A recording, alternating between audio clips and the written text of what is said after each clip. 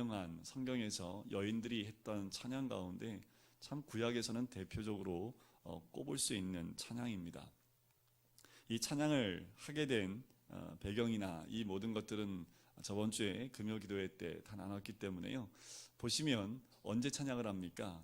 한나가 기도 응답을 받고 자녀를 낳고 난 다음에 기도 응답에 감사하여 찬양을 하는 건지, 아니면 그 한나가 자녀를 낳고 또한 사무엘을 그 성전에 바치고 난 다음에 이 찬양을 드리는 건지, 우리가 이 시기가 참 중요합니다. 언제 이 찬양을 한 거냐에 따라서 단지 하나님이 기도에 응답한 것에 감사하는 찬양이라면 이 성경에 실려 있는 것들이 길게 실려 있지 않을 것이다 라는 생각이 들어요. 그런데 바로 2장 1절 바로 앞절에 보면 1장 28절에 그러므로 나도 그를 여호와께 드리되 그의 평생을 여호와께 드리나이다 하고 그가 거기서 여호와께 경배하니라. 자, 여호와께 자기의 낳은 아들 사무엘을 드리고 난 다음에 여호와를 경배하며 한나가 기도하면서 이 2장이 시작된다라는 거지요. 한나의 노래는 그저 부리만 한 여인이 아이를 낳아서 기뻐서 한 내용으로만 보기에는 그 내용이 참 깊습니다. 한나의 노래는 이런 내용들이 있어요. 적과 전쟁, 또한 그 물론이고 왕에 대한 언급까지 나오는 찬양이 오늘 본문의 내용입니다. 한나의 노래는 민족적인 수준에서 여호와의 구원의 행위를 칭송하는 내용까지 다 포괄하고 있는 내용을 쓰고 있다라는 거지요. 개인적인 그 기도 응답에 따라 그 기도에 응답하신 하나님께만 감사함으로 끝나는 것이 아니라 나라와 민족과 왕까지 나가는 그 노래를 합니다. 교만한 자를 물리치고 승리하시며 그의 겸손하고 고통받는 백성을 구원하시는 분, 그 여호와를 찬양하고 있다는 거지요. 어디 그뿐입니까? 하나님께서는 땅의 기초를 세우셨다라고까지 찬양을 합니다. 그 위에 이 세계를 건설하신 분이 우리 하나님이시다라고 찬송을 드리고 있습니다. 국가 간의 전쟁을 인도하는 분, 그분이 우리 하나님이시고 인간 왕에게 힘을 주시고 땅끝까지 심판하시는 그 만왕의 왕이심을 선포하는 그 찬양이 오늘 본문의 내용이기도 하지요. 한나의 그 찬양은 참 대단합니다. 한 여인이 드리기에 참 이런 깊이 있는, 그리고 한 나라의 구속사까지 전부 다 통틀어서 이렇게 기도하고 또한 찬양할 수 있다는 것, 이것은 하나님 마음을 깨닫지 않으면, 하나님 마음과 심령이 통하지 않으면 이 찬양을 할 수 없을 만큼 그렇게 기도의 깊이 가운데 들어갔던 사람이 이 한나라는 여인입니다. 사무엘서 기자는 한나의 노래를 통해서 이 사무엘 상하 전체를 이해할 수 있는 해석의 열쇠를 이 노래 안에 심어놨습니다. 자, 사무엘서는요, 선지자 사무엘로 시작을 하지만 실질적으로 이 사무엘 상하는 이스라엘의 왕정이 시작하는 것이 포인트입니다. 특별히 다윗 왕을 통해서 이스라엘이 막대한 그리고 굉장히 큰 왕국을 이루는 것이 이 사무엘 상하의 가장 핵심의 내용입니다. 그런데 그 핵심 내용을 알려주기 전에 한나라는 그 한 여인을 통해서 1장과 2장을 써내려가고 있다는 거지요. 1장과 2장을 통해서 사무엘 상하 전체를 해석할 수 있고 이해할 수 있는 열쇠를 제공하는 것이다 라는 겁니다. 실제로 제가 1장을 말씀을 드리면서 이스라엘 전체, 유대 땅에 있는 그 어두운 부분들을 말씀을 드렸지요. 2장, 오늘 이 본문 말씀을 통해서 앞으로 하나님이 이스라엘 민족을 어떻게 인도하실지, 또한 이스라엘 민족을 어떻게 세워나가실지를 이 찬양을 통해서 말씀을 하고 있다는 겁니다. 사무엘상 2장은 불임 가운데 창조의 사역을 시작하신 그 하나님이 그 하나님의 놀라운 역사 가운데 어떻게 운행하시고 운영하시는지를 그 원리를 묘사하고 있는 그 노래이기도 합니다. 한나의 노래의 초점은 이겁니다. 사무엘 상하에 그려진 구체적인 이스라엘의 역사라는 거지요. 이스라엘의 역사, 그것에 그려진 하나님의 놀라운 그 은혜를 노래하고 있는 것, 그것이 한나의 노래의 초점입니다. 여기에 보면 세 가지 주 포인트가 있는데 6절에 보면 이렇게 하나님을 얘기합니다. 내리시기도 하고 올리시기도 하는 분으로 표현을 하지요. 10절에 보면 땅 끝까지 심판을 베푸시는 분, 또한 10절에 보면 자기 왕에게 힘을 주시는 분으로 그리는 그 만군의 여호와의 성격을 앞으로 묘사하는데, 그것은 앞으로 이스라엘 민족을 인도해낼 하나님이 어떤 분인지에 대한 그 성격을 말씀해 주고 있는 부분이 이 부분입니다. 다시요, 세 분이 나오는데 6절에 보면 내리기도 하고 올리기도 하는 분, 그리고 땅끝까지 심판을 베푸시는 분, 자기 왕에게 힘을 주시는 그런 분, 그렇게 하나님은 이스라엘 역사 가운데 이런 역할을 하시겠다라고 알려주고 있는 거죠. 이것은 지금도 변함이 없습니다. 하나님은 이스라엘 민족뿐만 아니라 그 이스라엘 민족뿐만 아니라 전 세계를 세우신 하나님이기 때문에 그 전 세계를 이렇게 인도하시겠다. 세계를 인도하시는 분이 우리 가정을 그렇게 인도 안 하시겠습니까? 한 개인의 삶을 인도 안 하시겠습니까? 한 여인의 개인의 삶을 통해서 전 세계의 흐름을 한나는 깨달았다라고 고백을 하는 거지요. 그렇다면 이 사무엘상 2장에 나오는 이 1절부터 10절까지의 내용을 통해서 앞으로 우리가 보게 될 사무엘상 하의 내용은요, 어떤 관점으로 봐야 되냐면 신중심적 관점으로 봐야 된다는 겁니다. 뭐냐면 여기 나오는 많은 사건들이 있어요. 사무엘 이야기, 전쟁 이야기, 사울의 이야기, 다윗의 이야기, 모든 것이 다 있는데 그 모든 것을 누구의 눈으로 봐야 된다고요? 하나님의 눈으로, 신적인 관점으로 이 모든 것들을 통정적으로 한 눈으로 이렇게 보셔야지 전체가 흐름이 눈에 보인다라는 겁니다. 지금 이 한나는 이 모든 역사가 하나님의 구속사 가운데 연결되어지고 인도되고 있다는 것을 알려주고 있는 거예요. 모든 역사 뒤에는 누가 계시다고요? 하나님이 계시다라는 겁니다. 사무엘 상하에는 모든 역사와 모든 사건 뒤에는 누가 계시다고요? 하나님이 계시다라는 겁니다. 우리가 겪고 있는 모든 고난과 사건과 그 아픔 뒤에는 누가 계시다고요? 우리 하나님이 계시다라는 겁니다. 하나님이 우리의 삶을 어떻게 하신다고요? 주관하고 계시다고요. 하나님이 우리의 삶을 이끌어가고 계시다고요. 이 믿음, 하나는 신중심적 관점, 신을, 하나님을 중심에 두고 그 관점을 가지고 이 글을 써내려 가고 있다는 거지요. 한나의 노래는 사무엘 상하의 나머지 이야기를 어떻게 해석하는지 바로 이 관점을 우리에게 알려주는데, 그래서 이 1절부터 10절이 굉장히 깊어요. 오늘은 이렇게 그냥 왜냐하면 이게 설교를 하려면 이걸 책 한 권이 나와 있을 정도로 굉장히 깊은, 그래서 이걸 구조 분석부터 해서 다 해야 되는데요. 그러면 구조 분석하면 전도사도 듣다가 좁니다. 이게 학적인 거기 때문에. 근데 이 구조가 굉장히 아름답게 잘 짜여져 있는 구조로 되어 있기 때문에 제가 언급만 살짝 해드릴게요. 맛만 보시라고. 자, 이 한나가 이렇게 이 노래를 할 수 있었던 것, 고난 가운데 있었던 여인이 기도의 응답을 받고 어떻게 이런 찬양을 할 수 있을까? 여기에 물음표를 달고 보셔야 됩니다. 우리가 보는 관점은요, 이 1절이 무슨 내용이구나, 2절이, 3절이 이스라엘 역사 가운데 이렇게 했구나, 이거보다 저는 여러분들에게 좀 권유해드리고 싶은 건 뭐냐면, 한 여인이었고 이름도 알려지지 않았던 한 여인인데 어떻게 그 여인이 이스라엘 전체 역사를 볼 수 있는 그 관점을 가지고 단 10절로 이 짧은 찬양을 통해서 이런 관점을 가질 수 있었고, 노래를 할 수 있었고, 기도를 할 수 있었을까? 한나는 할 수 있는데 나는 못할까? 기도하면서, 말씀 준비하면서 이곳에 나와 있는 모든 성도님들이 한나의 찬양을 가슴에 품고 오늘 주무시기 전에 이 찬양을 계속 몇 번 한번 읽어보십시오. 그리고 기도하는 마음으로 읽으세요. 저는 그런 마음이 들어요. 이 찬양이 가슴에 와닿는 순간 여러분들 우리 삶의 문이 열립니다. 왜냐하면 우리 삶에 열리지 못하고 풀리지 못했던 것들이 이 찬양 가운데서 다 풀릴 수 있다는 거예요. 우리가 왜 고난 가운데요 힘들어하는 이유가 있습니다. 풀리지가 않아서 그래요. 여러분들 수학 문제 풀다가 안 풀리면 어떻게 됩니까? 이렇게 스킵하고 지나가잖아요, 그죠? 우리 교회는 특별히 수학 가르치는 분들이 너무 많아요. 수학 교사들이 많아서 저도 수학을 아르바이트로 과외를 참 10년 동안 했기 때문에 수학 풀다가 안 풀리면 일단 넘어가라고 하잖아요, 그죠? 넘어가면 찝찝하잖아요. 그거 붙들고 있다가 시간 다 끝나버립니다. 우리 삶의 문제도 마찬가지지요. 한 문제에 딱 걸리면요, 다른 건 다 풀려도 그 한 문제 안 풀린 것 때문에 어떻게 돼요? 삶이 다 꼬여버립니다. 자, 그런데 모든 수학 문제도 푸는 키가 있잖아요, 그죠? 문제를 잘 읽으면 문제 안에 키가 있다고 보통 저도 가르치고 배웠는데, 우리 인생의 문제도 다 마찬가지입니다. 다 문제는 하나님이 문제를 풀 수 있는 키를 주셨다라는 거지요.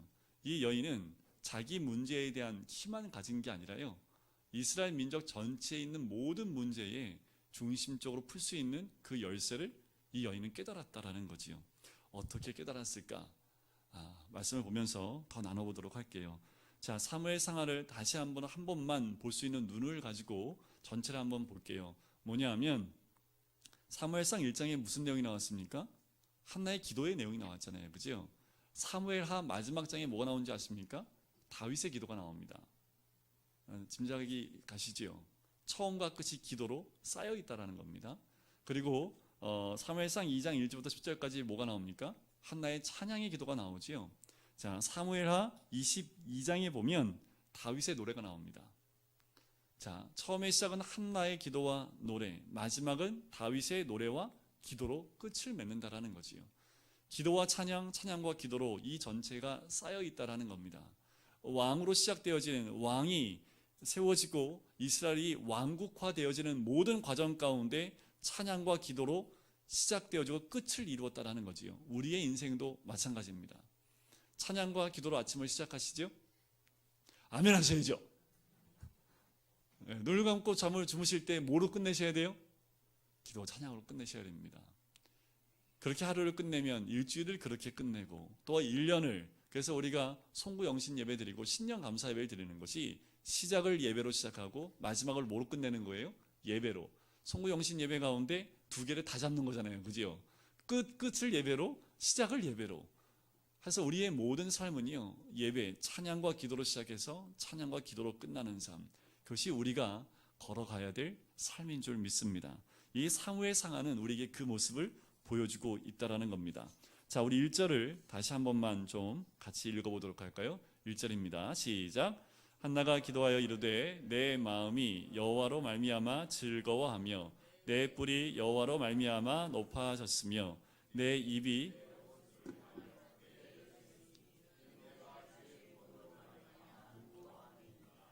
자, 1절이 참 중요합니다. 왜 중요하냐면요, 1절이니까 중요해요. 모든 것 가운데 처음 들어갈 때가 제일 중요합니다. 처음에 딱 들어갈 때 이 찬양이요, 이 한나가 얼마나 고무되어져 있는지를 볼 수 있어요. 내 마음이 여호와로 말미암아 즐거워하며, 맨 마지막 1절 끝에 보세요. 내가 주의 구원으로 말미암아 기뻐합니다. 즐거움과 기쁨으로 얼굴과 온 몸이 상기되어져서 이 찬양을 드리고 있는 한나의 모습이 나오는 거지요. 자, 이 한나의 이 찬양과 쌍벽을 이루는 찬양이 하나 더 있습니다. 똑같아요, 내용이. 누구의 찬양일까요? 마리아의 찬양입니다. 마리아. 구약에는 한나의 찬양, 신약에는 마리아의 찬양이 나와요. 제가 마리아가 예수님을 잉태하고 성령에서 잉태하고 난 다음에 그가 들었던 찬양이 누가복음 1장 46절부터 쭉 나옵니다. 그때 한 3절을 제가 읽어드려 볼게요. 내 영혼이 주를 찬양하며 내 마음이 하나님 내 구주를 기뻐하였음은 그의 여정의 비천함을 돌보셨습니다. 보라, 이제 후로는 만세의 날을 복이 있다 일컬으리로다. 하나는 자신의 뿔이 높아졌음을 여호와께 찬양으로, 마리아는요 비천한 자신을 돌아보신 그 하나님 때문에 찬양으로 주님께 기도를 올려드립니다. 마리아는 성령으로 아기를 잉태했기 때문에, 한나는 불임 상태에서 아기를 잉태했기 때문에 두 개의 포인트가 같지요. 또한 두 1절과 오늘 보는 1절과 마리아의 찬양을 보면 다 뭐가 통하고 있어요? 기뻐합니다. 누굴 통해서요? 하나님을 인하여 기뻐하는 그 모습이 나온다라는 거지요. 이들의 공통점은요, 잉태했기 때문에 기뻐합니까? 아니요. 잉태 때문에 기뻐하는 것이 아니라요, 누구 때문에 기뻐해요? 하나님 때문에 기뻐한다고 나오는 거지요. 내가 낮은 자임에도 여호와로 말미암아 높아졌기 때문에 기뻐하는 거고, 내가 비천한데도 하나님께서 돌보셨기 때문에 찬양한다라는 겁니다. 당시에 말씀을 또 드렸었지만 여자가 아기를 낳지 못했을 경우엔 그때 당시의 모든 인식은 저주받았다라는 인식을 가지고 있었고 멸시를 받는 때였습니다. 아무리 남편 엘가나가 10아들 못지않은 사랑을 준다 하더라도 임신하지 못한 그 슬픔을 대신할 수는 없었던 거지요. 우리도 마찬가지입니다. 지금 우리가 갖는 가장 큰 고통 가운데 하나는 영적 자녀를 낳지 못하는 고통이 있습니다.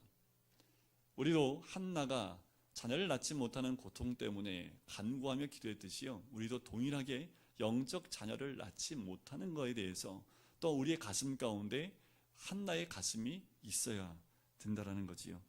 찬양의 내용을 보시면 사무엘 때문에 기뻐하는 말이 전혀 없습니다. 여기에 아들 주셔서 너무 감사합니다, 하나님을 찬양합니다, 이 말이 나올 법합니다. 그죠? 1절에는 나와야 되지 않습니까? 처음에 이 귀한 아들 주셔서 너무 감사합니다, 그런데 하나님께 드렸어요.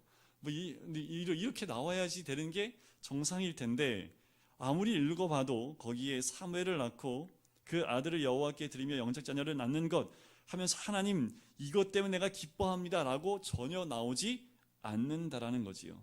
하나는 서원 기도의 응답으로 사무엘을 낳고 그 아들을 여호와께 드리며 영적 자녀를 낳은 것이 무엇인지 정확히 알았기 때문에 그렇습니다. 그래서 사무엘 때문에 기뻐하지 않는 거예요. 어떻게 알았을까요? 그것은 1장 15절에 보면 끝부분에 여호와 앞에 내 심정을 통한 것뿐이옵니다 라고 얘기를 하지요. 제가 1장 첫 부분에 이 부분을 설교할 때에, 알려드릴 때에, 말씀을 드릴 때에 이 말씀을 드려서 하나님 마음이 이미 한나의 가슴 가운데 임한 거지요. 한나는 자기가 자녀를 낳지 못한 것 때문에 기도를 했지만 결국 기도 가운데 하나님 마음이 그 한나의 가슴 가운데 오게 된 거지요. 받은 은혜가 너무 커요. 젖을 땐 사무엘을 엘리 제사장에게 맡기면서 감사의 찬양을 기도를 올려드리면서 하나님의 가슴을 가지고 이 찬양을 드렸기 때문에 사무엘이 중요한 게 아닙니다. 응답받은 내용이 중요한 게 아니에요. 하나님 기도했더니 자식을 주셔서 감사합니다, 그것 때문에 기뻐하고 즐거워하는 게 아닙니다. 돈 때문에 돈을 주셔서 오직 하나님 이 돈에 대한 그 물질의 어려움이 있는데 그것을 응답해 주셔서 너무 즐겁고 기쁩니다, 이 내용도 아니라는 거지요. 오직 주님 때문에 기뻐하며 찬양한다라는 겁니다. 오직 여호와로 말미암아 내 뿔이 높아졌다라는 거지요. 사무엘 때문에 뿔이 높아졌을까요? 그렇게 얘기하지 않습니다. 이 뿔이 높아졌을 때 누구 때문에요?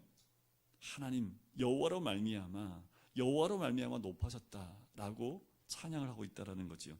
오직 여호와로 인하여서만 내 입이 열렸다라고 이야기합니다. 1절 말씀 두 번째 보세요. 내 입이 내 원수를 향하여 크게 열렸으니, 바로 여호와로 말미암아 내 입이 열렸다라고 이야기를 하는 거지요. 여러분들 누가 전도하시는 줄 아십니까? 저도 전에 있던 교회에서 전도부를 한번 한 몇 년을 해왔는데, 전도하는 분들의 특징이 있습니다. 전도하는 분들은요, 이런 분도 있어요. 여기 붙잡혀 나와서, 끌려 나와서 전도하신 분들도 있긴 해요. 하지만 전도하는 분들의 가장 큰 특징은 뭐냐면 그냥 그 복음 때문에 감사해서 나오는 거죠. 복음 때문에요, 그냥 기쁜 거예요. 하나님 때문에 기쁜 거예요. 자, 우리가 어디 가서 만난 거 먹고 나면 그 만난 거 얘기하지 않습니까? 어디 가서 무엇인가 좋은 거 경험하면 거기 한번 가봐, 끝내줘 라고 얘기하지 않습니까? 어디 가면 커피 한 잔 마시는데 커피가 정말 맛있어, 다음에 거기서 볼까? 이렇게 하면서 자기가 경험한 기쁨과 즐거움을 나누려 하는 것이 인간의 보통의 모습입니다. 한나처럼 기도 응답으로 인하여 기뻐하고 즐거워하는 것이 아니라 오직 여호와로 말미암아 기뻐하고 즐거워한다라는 거지요. 내 안에 여호와로 즐거워하는 마음이 있으십니까? 내 안에 여호와로 인하여 기뻐하는 마음이 있습니까? 내 안에 여호와로 인하여 즐거워하고 기뻐하기만 하면 내 얼굴에서 빛이 납니다. 왜요? 그거는 세상이 감당할 수 없는 기쁨과 즐거움이기 때문에 내 옆에 있는 사람에게 그 즐거움을 안 나눠줄 수가 없는 거지요. 나눠주기 시작을 합니다. 그 빛은 또 옆으로 전달되어지고 또 전달되어지는 것, 그것이 전도의 묘미이기도 하지요. 억지로 하는 게 아니에요. 그냥 즐거워야지, 기뻐야지. 무엇 때문에요? 하나님 때문이라고 얘기하는 거지요. 한나의 즐거움과 기쁨은 기도의 응답으로 오는 기쁨이 아니라 하나님을 경험함으로 오는 기쁨과 즐거움입니다. 기도에 응답받은 것 갖고 즐거워하고 기뻐하게 되면요, 또 다른 문제가 있을 때 그 기쁨은 사라지죠. 하나님 이건 응답해 주셨는데 이건 응답 안 해줬어요. 그러면 뭐 갖고 우리가 기도를 해요? 응답 받은 거 갖고 기도해요? 응답되지 않은 거 갖고 기도해요? 끝장 보는 거죠, 그죠? 네, 그것까지 다 응답 받을 때까지 계속 그거 갖고 기도하지 응답 받은 거 갖고 기뻐하고 즐거운 건 잠시입니다. 계속 우리에게는 뭐가 있어요? 기도의 문제거리가 항상 있습니다. 근데 우리가 그걸 가지고 기뻐하면 기쁨은 한계가 있다라는 거지요. 우리가 제일 먼저 경험해야 될 것은요, 하나님을 경험하는 삶을 살아야 됩니다. 왜 삶이 힘들까 이렇게 생각해 봤어요. 우리의 삶 가운데 가정에서, 일터에서, 또한 우리 관계 속에서 왜 이렇게 힘들고 어려운 삶들이 있을까? 단 한 가지, 답은 한 가지입니다. 하나님을 경험하지 못하기 때문에 그래요. 물질이 없어서 힘들지 않습니다. 여러분들이 정말 물질이 없어서 지금 힘들어 죽겠어요. 근데 실질적으로 돌아오면 물질이 없어서 그래서 힘든 거 아닙니다. 지금 문제가 해결되면 힘들지 않겠습니까? 여러분들 기도의 제목들이 만약에 응답되어지면 목사님 그것만 응답되면 전 천국이에요. 그럴 분 계세요? 우리는 뭐 하나 응답돼도요, 또 다른 문제에 또 봉착하게 되지요. 아무리 기도 응답돼도 삶의 어려운 부분은 그대로 남아있는 거지요. 삶이 아무리 어려워도요, 오늘 주님 만나면 기쁘고 즐거운 겁니다. 내 삶이 힘들어요. 먹을 거 없어요. 그런데 오늘 예수님 만났습니다. 그럼 기쁘고 즐거운 거예요. 내 삶이 왜 이렇게 힘들까? 답은 딱 한 가지입니다. 우리 주님 만나지 못했기 때문에 그래요. 그럼 목사님 내 구원 못 받은 겁니까? 아니, 그게 아니라요. 매일매일 주님 만나야지요. 매일매일 주님을 경험해야 되지요. 그런데 우리는 관계 가운데서, 가정에서, 직장에서 그 주님을 경험하는 삶을 살지 않고 내가 살아가고 있다는 거지요. 그렇게 하루 살아가면 또 힘든 겁니다. 하나는 단지 마음이 즐거운 정도가 아니라요, 이렇게 얘기하지요. 내 뿔이 여호와를 인하여 높아졌다라고 이야기합니다. 뿔이 높아졌다는 뜻이 무엇입니까? 여기서 한나는요, 자신의 고개를 번쩍 쳐들고 힘을 뽐내는 동물에 비유하여 이 뿔을 이야기합니다. 한나의 노래의 가장 큰 특징은요, 시작이 뿔로 시작해서 끝이 뿔로 끝납니다. 처음에 시작하는 뿔은 누구의 뿔이에요? 내 뿔이지요. 끝날 때의 뿔은 누구 뿔이에요? 기름 부음 받은 자의 뿔. 나중에 말씀드리겠지만 이것은 다윗을 의미합니다. 자기의 뿔로 시작해서 한 나라의 왕으로 세우신 다윗을 세운 그 뿔로 이 찬양은 끝난다라는 거지요. 이 찬양이 다윗을 통해서 그 뿔이 어디까지 갑니까? 예수 그리스도께까지 가는 거지요. 한나의 찬양은요, 자기로 시작한 그 찬양이요, 예수 그리스도께까지 가는 그 찬양으로 연결이 된다라는 겁니다. 따라서 한나가 이제 그를 괴롭히던 원수에 대해 할 말이 있게 되었지요. 그래서 내 입이 크게 열렸다라고 이야기하는 겁니다. 이는 내가 당신의 구원을 인하여 기뻐한다라는 거지요. 우리 모든 성도님들, 이 1절이 굉장히 중요합니다. 내 삶 가운데 이 1절이 있어야지 기쁨과 즐거움에 찬 삶을 살 수 있는 거예요. 아무리 고난이 와도 여호와로 인하여 즐거워하고 또한 구원으로 말미암아 기뻐할 수만 있다면 내 삶의 고난과 역경은요, 문제가 되지 않습니다. 까짓 거 그건 시간 지나면 사라져 버립니다. 그런데 이 기쁨과 즐거움이 사라지면 어떤 것이 있어도 우리 안에 즐거움과 기쁨은 생길 수가 없고 또 만들어질 수가 없다라는 거지요. 한나가 이래서 기뻐했던 이유가 뭐라고요? 여호와 때문입니다. 여호와가 어떻게 하셨길래 그렇게 기뻐했을까요? 구원하셨기 때문이라는 거지요. 이는 내가 당신의 구원을 인하여 기뻐한다라는 거지요. 이를 요약해 보면 이런 겁니다. 한나는 첫째 여호와로 인해서, 둘째 여호와의 구원을 인해 기쁨에 넘쳤다라는 겁니다. 그러면 대체 그 여호와가 누구길래, 여호와의 구원이 어떤 것이길래 한나가 이토록 기뻐할까라는 거지요. 자, 그것에 대해서 이제 설명이 들어가는 부분이 그 뒷부분에 나오는 거예요. 여호와가 누구인가라는 것을 먼저 알려주는 것이 2절과 3절의 찬양입니다. 그리고 여호와의 구원이 어떤 것인가에 대해서 나오는 것이 4절부터 8절의 상반절에 나오는 그 찬양이 그 뒷부분에 이어지게 되는 겁니다. 2절 한번 같이 읽어볼까요? 2절입니다. 시작. 여호와와 같이 거룩하신 이가 없으시니 이는 주밖에 다른 이가 없고 우리 하나님 같은 반석도 없으시니이다. 아멘이시죠? 한나는 즐겁고 기쁨으로 상기되어 찬양하고 난 다음에 그 다음에 선포하는 것이 뭐냐면 여호와와 같은 거룩한 이가 없습니다. 주밖에 다른 이가 없고 하나님 같은 반석도 없습니다. 없대요다. 주님밖에 없다라는 거지요. 그 인생에 누가 남았어요? 사물이 남은 게 아닙니다. 남편도 남은 게 아닙니다. 다른 게 남은 게 아니라 뭐밖에 안 남았습니까? 여호와 하나님밖에 안 남았다는 거죠. 이 가치관이 구별되어져 있다는 겁니다. 여호와 같은 거룩한 이가 없으시다, 주밖에 다른 이가 없다는 이 고백이라는 거지요.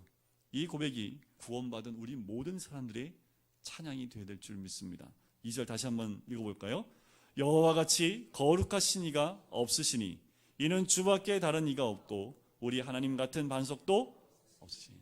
외우셔요. 그냥 힘들고 지칠 때 여호와밖에 없습니다.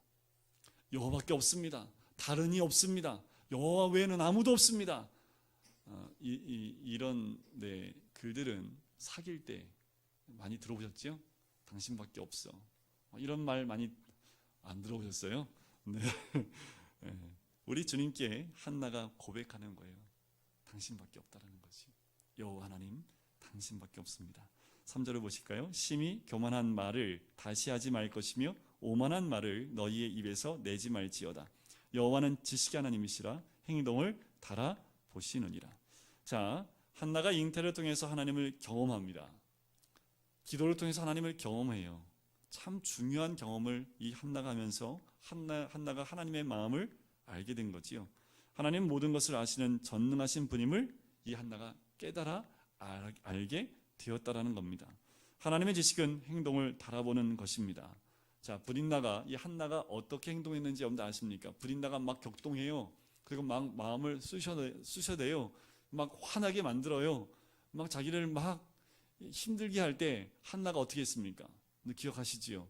또 자기 남편이 와서 열아들 부럽지 않은 그 사랑을 쏟아 부어줄 때 한나가 어떻게 했습니까? 그래, 당신밖에 없어 이러고 남편의 품 가운데 들어갔습니까? 어떻게 했습니까? 한나가 그 한쪽에서는 마음에 불을 지르는 그 브린나, 한쪽에서는 그 마음을 회유하면서 그 남편의 품에 들어갈 수밖에 없게끔 그 속삭이는 말, 그 모든 말 가운데에도 한나는 누구 앞에 나갔어요? 하나님 앞에 나갔다라는 거죠. 하나님 이걸 보셔야 안 보셔요? 지금 보신대잖아요. 행동을 다 보신대잖아요. 그 행동을 다 보셨다라는 거지요. 즉시 하나님이 우리의 모든 말과 행동을 달아보시고 지켜보고 계신다라는 겁니다. 이것이 한나의 찬양입니다.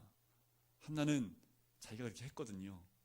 그리고 한나는 하나님이 그것을 보시고 그걸 달아보시고 지금도 주목해 보고 계시다는 것을 한나는 깨달았기 때문에 이 찬양을 드리는 겁니다. 여러분들, 우리가 평소의 삶 가운데 내가 직장이나 가정이나 또한 친구를 만나고 어떠한 관계 가운데 있을 때 내가 어떤 말을 하고 어떤 행동을 하고 그 모든 것들을 하나님이 달아보고 계시다라는 겁니다. 내가 믿음으로 주를 위하여 하는 행동인지 또한 결단인지를 우리 주님이 보신다라는 거지요. 우리 행동이 참 중요합니다. 어떤 말과 행동을 할 때 그 모든 것을 누가 보고 계시다고요? 우리 하나님이 달아보고 계시다라는 거지요. 4절과 5절 말씀은 같이 한번 읽어볼까요? 시작. 용사의 활은 꺾이고 넘어진 자는 힘으로 띠를 띠도다. 풍족하던 자들은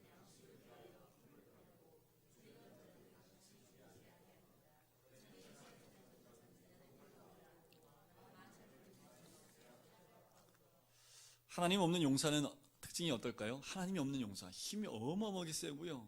헐크처럼 힘이 어마어마하게 세요. 그러면 이 사람의 특징이 뭘까요? 나만 믿어. 그죠? 교만하다라는 겁니다. 하나님이 그 교만한 용사를 어떻게 한다고요? 꺾으시겠다. 그러나 겸손한 사람은 패배하고 넘어질지라도 어떻게 해주시겠다고요? 힘을 더해 주시겠다. 높은 자는 낮추시고 약한 자는 강하게 하시는 것이 하나님이 우리에게 주시는 반전입니다. 그래서 우리 예수님이 뭐라고 그래요? 어디로 내려가라고 자꾸만 제일 끄트머리를 가리라고. 누구 이게 초대를 받으면 저 앞자리에 앉지 말고 맨 끝자리에 앉으라고. 그죠? 낮은 자리에 임하라고. 우리 예수님도 섬기러 왔다고, 종으로 왔다라고 우리 주님도 말씀하시지요. 왜요? 우리 하나님은 신약이나 구약이나 변함없으시고 약한 자를 강하게 하시는 분이 우리 하나님인 줄 믿습니다. 근데 약한 자가 되시는 거예요. 우리 예수 믿는 사람들은요, 어디 가나 다 약합니다. 왜요? 하나님 앞에 서 있는 그 모습으로 세상에 나가면 세상 사람들은 우리 다 약하게 봐요. 하지만 결국 우리의 모든 삶을 인도하시는 분이 누구라고요? 하나님이기 때문에 하나님이 우리를 또한 세우시는 줄 믿습니다. 그래서 낮은 자리에 있으면 하나님이 이렇게 들어서 세워주시겠다라는 거지요. 자, 6절부터 8절까지의 말씀을 보면 우리 하나님의 특징이 나오는데요. 여호와는 죽이기도 하시고 살리기도 하시며 수월에 내리기도 하시고 거기에서 올리기도 하시는도다.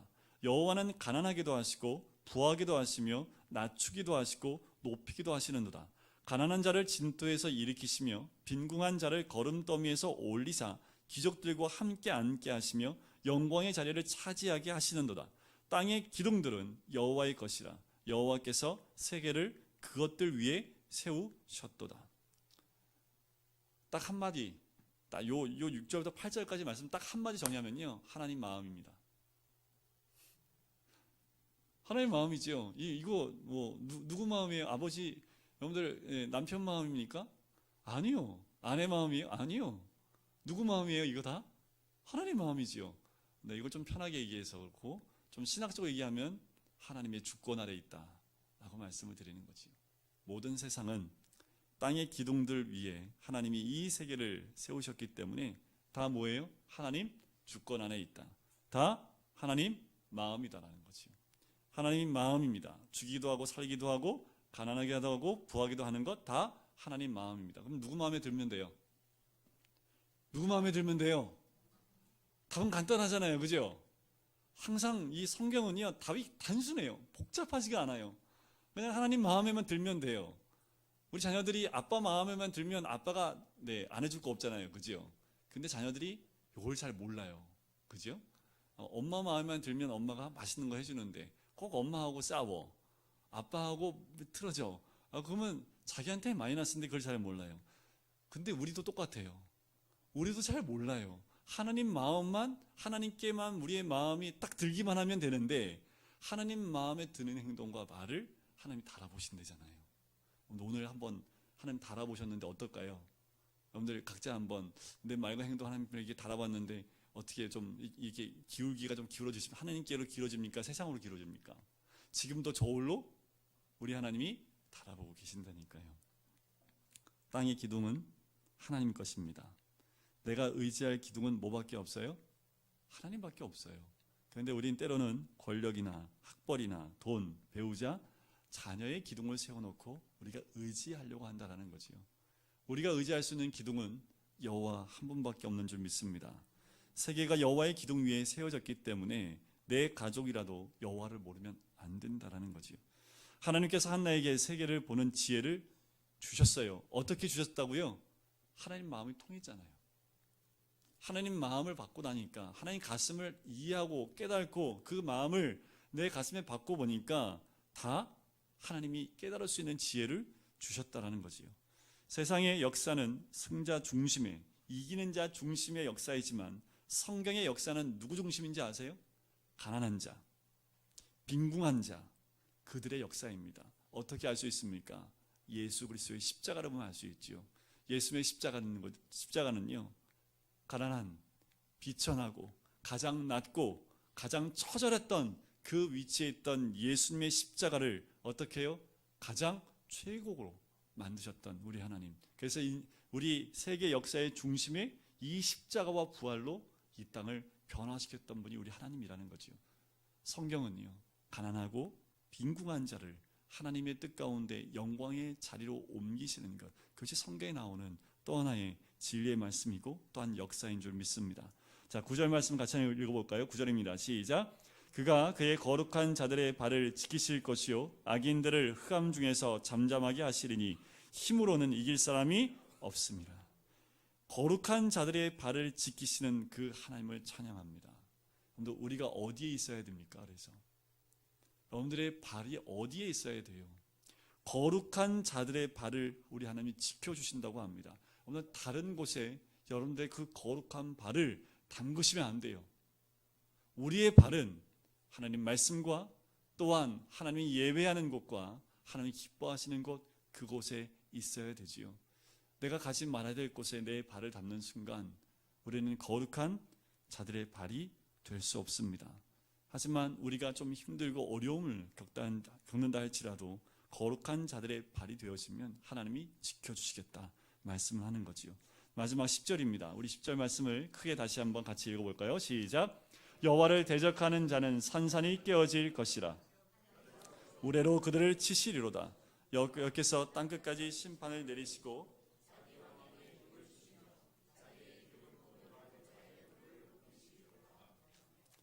자, 이 10절 말씀 엄밀히 말하면 이 7절부터 나오는 메시지가 이제 앞으로 나갈 이 이스라엘의 역사에 대한 부분들을 언급하면서 가는 겁니다. 그래서 그 뒤에 있는 사건들이 이 절들 안에 다 매치가 돼서 들어갈 수 있는 사건들이 다 있습니다. 자, 마지막 절만 좀 볼 텐데요. 마지막 절에 이스라엘의 왕이 세워진 다음입니까? 세워지기 전입니까?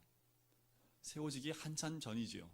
사무엘을 통해서 사울 왕이 세워지고 다윗 왕이 세워졌기 때문에 한나는 아직 왕이 세워지지 않은 그때에 하나님께서 이 한나의 찬양을 통해서 왕이 세워지는데 왕에게 힘을 주시며 자기의 기름 부음 받은 자의 뿔을 높이신다고 이 한나를 통해서 찬양을 하고 있다는 거지요. 왕과 기름 부음 받은 자는 곧 다윗을 가르칩니다. 사무엘이 다윗에게 기름을 부어서 다윗이 왕이 되는 거지요. 여호와를 대적하는 자는 다윗을 대적했던 사울을 의미합니다. 하나님을 믿는 나를 대적하는 것은 곧 누구를 대적하는 것 똑같아요? 하나님을 대적하는 것 똑같습니다. 여러분들 어깨를 좀 피셔요. 나를 대적하면 누구 대적하는 거예요? 이 정도의 백은 가지고 좀 움직이셔야지. 예? 간단히고 나를 건드리면 누구 건드리는 거예요? 하나님 건드리는 거예요. 일단은 우리가 누구 마음에 일단 들어야 돼요? 하나님 마음에 들어야죠. 우리 발은 또 무슨 발이 돼야 돼요? 거룩한 발이 돼야 되는 거죠. 그죠? 그러면 누가 날 건드리면 누굴 건드리는 거예요? 왜 하나님 건드리는 거죠. 우리 애들 학교에 가서 누가 건드리면 걱정하여 하나님 건드리는 거니까 너는 죽었어 이제 하나님 건드려서.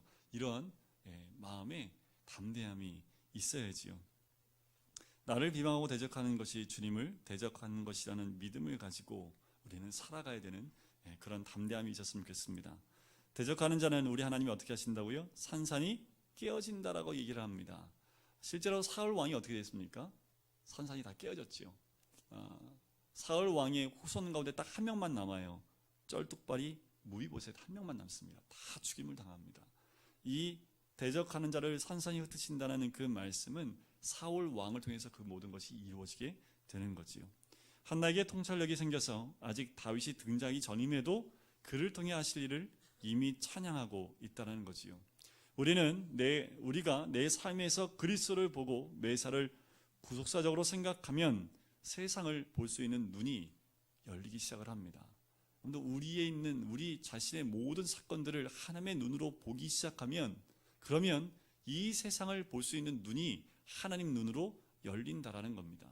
그래서 제가 처음에 시작할 때 이 10절의 내용이지만 이 내용을 통해서 어떻게 해요? 사무엘 상하 전체를 볼 수 있는 눈을 이 10절에서 제공해 준다라고 말씀을 드렸던 이유가 여기에 있습니다. 신적인 눈을 가지고 하나님의 눈을 가지고 이 성경 말씀을 전체를 사무엘 상하를 다 볼 수 있도록 이 10절 안에 이 모든 것을 제공해 주고 있다는 거지요. 그와 동일하게 우리의 삶도 마찬가지라는 겁니다. 한나가 1절에서 10절까지 찬양 기도를 하면서 아들 사무엘 이야기를 한 번도 하지 않습니다. 내가 창조주 하나님을 알게 되었는데 아들을 얻었다고 자랑하지도 않는다라는 거지요. 성적 올랐다고 승진했다고 그걸 자랑하고 찬양하지도 않는다라는 겁니다. 누구만 찬양해요? 하나님만. 우리는요, 하나님 한 분만 찬양하는 사람들입니다.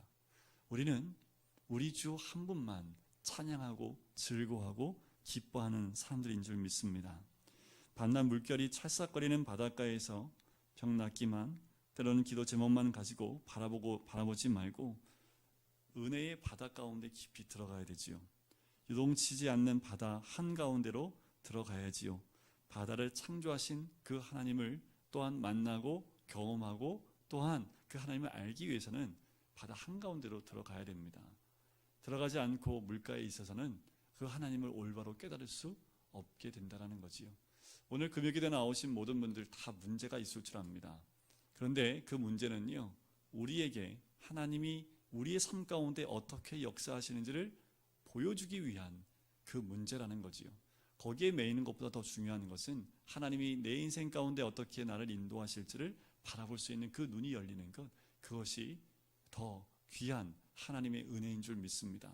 문제를 보지 마시고 문제 뒤에 있는 우리 주님을 보면서 하나님이 나의 든든한 백이고 또한 그 하나님의 마음에 합한 자가 되어져서 주의 나라를 위해서 기도하고 나가시는 우리 모든 성도님 되시기를 주님의 이름으로 간절히 축원드립니다. 우리 찬양 드리면서 같이 기도할까요?